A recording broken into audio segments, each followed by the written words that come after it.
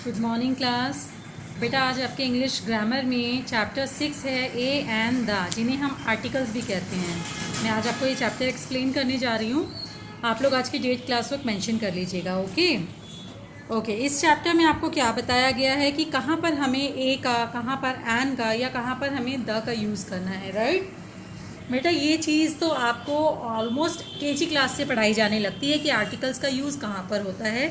अब आपकी क्लास के अकॉर्डिंग थोड़ा सा और डिस्क्राइबिंग वे में दिया गया है, तो मैं आपको एक्सप्लेन कर देती हूँ। Okay, there is a bear with a tiger. यहाँ पर आपको दिया है एक बियर, एक tiger. The bear is holding an umbrella. Bear ने एक अम्ब्रेला पकड़ा हुआ है। The sun is shining in the sky. Sun जो है वो आसमान में चमक रहा है।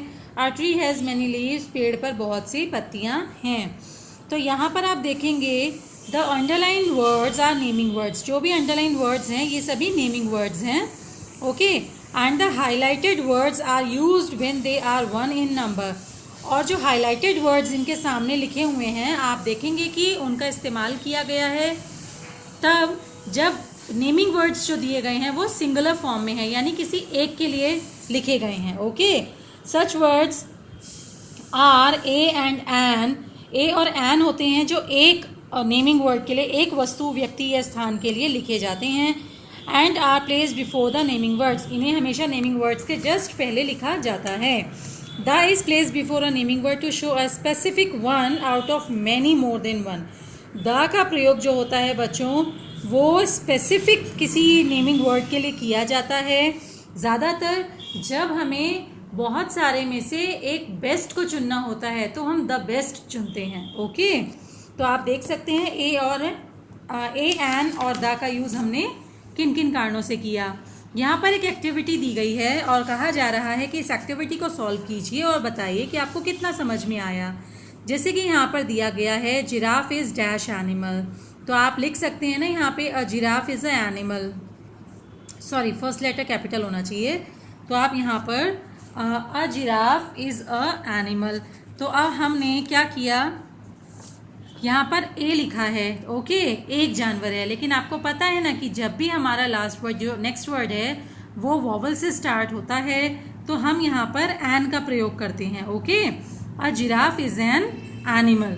सैम इज ईटिंग, यहाँ पर क्या आएगा बच्चों, एन एप्पल, क्योंकि ए से स्टार्ट है next word. Okay, wow what a nice day, कितना प्यारा दिन है। Okay, I will be back in an hour, मैं आधे घंटे में वापस आ जाऊंगा या जाऊंगी। ओके, तो इस तरह से आपको ये बुक वर्क फिल करना है।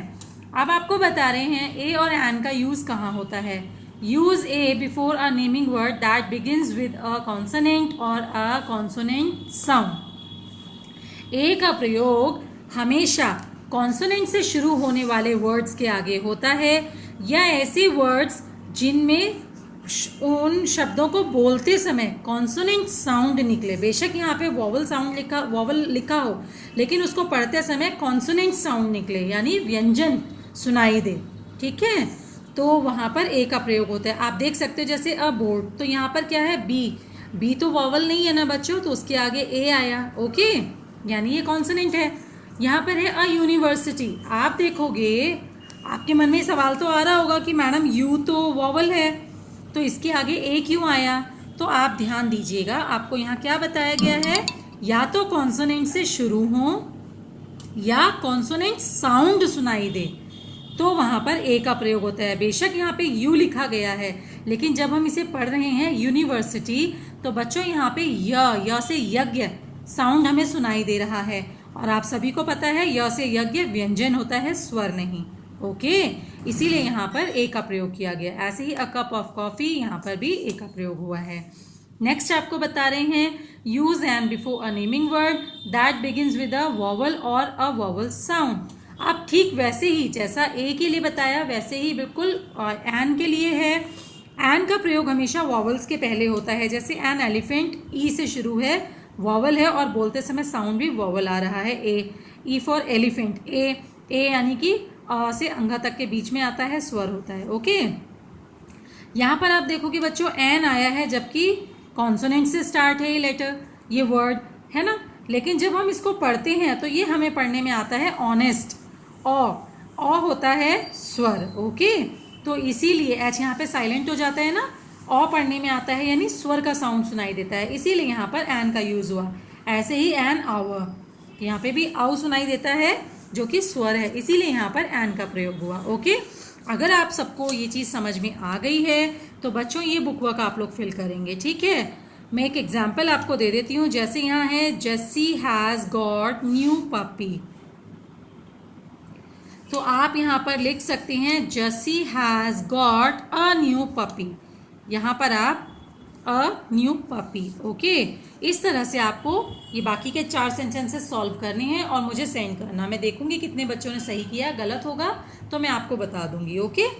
अच्छा, नेक्स्ट बता रहे हैं द का यूज़ कहाँ होता है। देखिए बच्चों, द का यूज़ बहुत ही स्पेसिफिक ऑब्जेक्ट्स के लिए किया जाता है, और वो भी तब जब बहुत में से एक चुनी जाए, like one specific object out of many, बहुत में से किसी एक बेस्ट को चुना जाए। जैसे the orange with a green leaf, जैसे कि यहाँ पर काफ़ी संतरों में से एक संतरे की बात हो रही है जिसके साथ में हरा पत्ता भी जुड़ा हुआ है, ठीक है।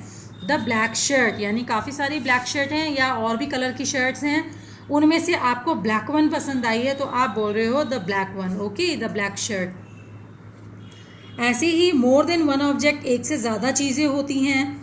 The maps of the countries, तो यहाँ पर क्या कह रहे हैं, काफ़ी सारी कंट्रीज़ के मैप्स हैं, तो यहाँ पर प्लूरल फॉर्म्स के लिए, प्लूरल ऑब्जेक्ट्स के लिए भी द का यूज़ किया गया है, ठीक है। The toes on my fit, यहाँ पे टोज तो बहुत सारे होते हैं ना, टोज मीन्स होता है पैरों की उंगलियाँ, वो तो करीब 10 है, तो बेशक प्लूरल है लेकिन उनके लिए भी हमने द का यूज़ किया है। क्यों? क्योंकि हमारे फुट का पार्ट है वो, और हमारे लेग का पार्ट है वो, और लेग में तो कई सारे पार्ट्स हैं लेकिन हम सब में से टोज की बात कर रहे हैं, इसीलिए द टोज, ओके।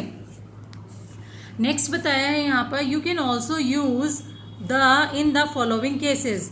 देखिए, अगर आप किसी रिवर, माउंटेन, सी, ओशियन, डेजर्ट यानी किसी स्पेसिफिक प्लेस के बारे में लिख रहे हैं तो आप उसके पहले द लगाएंगे, क्योंकि कोई भी नदी है वो एक ही है, राइट। जैसे गंगा नदी है वो एक ही हैं, यमुना जी एक ही हैं, इसी तरह से और सारी नदियाँ भी सिंगुलर हैं, तो ये स्पेसिफिक हो गई हैं, यूनिक हो गई हैं, और यूनिक चीज़ों के आगे हमेशा द लगता है, ओके। ऐसे ही newspaper, books, magazine, TV programmes, किसी का भी नाम आप लिखोगे तो उनके आगे द आएगा, क्योंकि ये सभी भी यूनिक आर्टिकल्स हैं, एक नाम के दो नहीं हैं, ठीक है। ऐसे ही कोई फेमस बिल्डिंग या मॉन्यूमेंट है तो उनके आगे भी द आएगा, right. Fill in the blanks, अब आपको फिल इन द ब्लैंक्स दिए गए हैं जहाँ पर आपको ए, एन और द फिल करके इन सेंटेंस को कंप्लीट करना है। अगर आपको ये चैप्टर एक्सप्लेन हो गया है अच्छे से तो आप इसे इजीली कर पाएंगे। तो आप बुक वर्क फिल करके मुझे इसकी पिक ज़रूर सेंड कीजिएगा ताकि मुझे पता चले कितने बच्चों को ये समझ में आया, ओके। यहाँ पर नेक्स्ट दिया गया है, a, an and the are use before naming words. A and the का यूज़ नेमिंग वर्ड से पहले किया जाता है। ये इस चैप्टर के रिमेंबरिंग फैक्ट्स हैं जो आपने इस चैप्टर में समझे हैं, right. A is use before word beginning with consonants और कॉन्सोनेंट साउंड। ए का इस्तेमाल कॉन्सोनेंट यानी व्यंजन से शुरू होने वाले शब्दों या जिन शब्दों की ध्वनि व्यंजन से शुरू होती सुनाई दे उनके आगे लगता है। एन का प्रयोग ठीक इसके विपरीत स्वर से शुरू होने वाले शब्दों या जिन वर्ड्स को पढ़ते समय स्वर की ध्वनि सुनाई दे उनके आगे लगता है। द हमेशा स्पेसिफिक थिंग्स या स्पेसिफिक पर्सन या स्पेसिफिक प्लेस को इंडिकेट करता है, यानी एक यूनिक आर्टिकल के आगे ही द का प्रयोग होता है, ओके। तो इसी के साथ ही चैप्टर आपका फिनिश होता है। ये इसका प्रैक्टिस वर्क है बच्चों, ये आप मुझे फिल करके सेंड करेंगे, राइट। इसका कॉपी वर्क मैं आपको पिक्स के थ्रू सेंड कर दूंगी।